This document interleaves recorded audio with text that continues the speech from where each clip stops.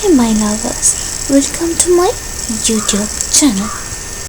ඔබ කවදා හරි හිතුවද අඩි 600ක් උස මහා කල්ගල් පර්වතයක් මැදුනේ දිව්‍ය ලෝකයක් වඳු මාලිගාවක් තියෙන්න පුළුවන් කියලා?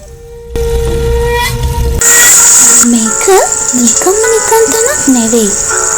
මේ තමයි රාවණ රජුගේ සිට කාශ්‍යප රජු දක්වා දිව්‍යයන් මහා අභිනහස් පිරුණු ලෝකයේ අටවැනි පුදුමය.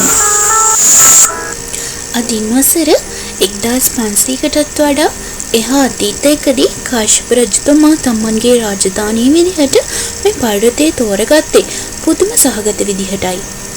අහස උසට මාලිගාවක් හදන්න එතුමාට තිබුණු ඒ හීන ඇත්තටම මවිත කරවන සුළු. පර්වතයේ පාමුල තියෙන මේ දියාගල් සහ මල් උයන් දිහා බලන්න.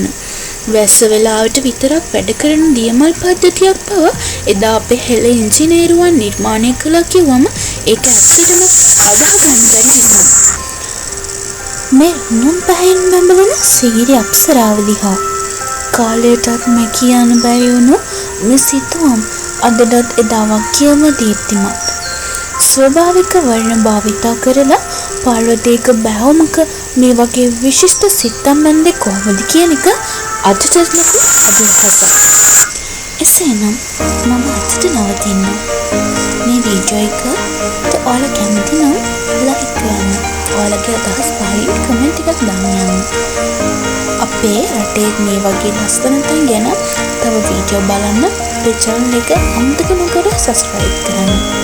මම නිෂෝ. මම හයිට්‍රස් වීඩියෝ එකකින් හම්බෙන්නකම් හරිසමින් සතුටින් ඉන්න.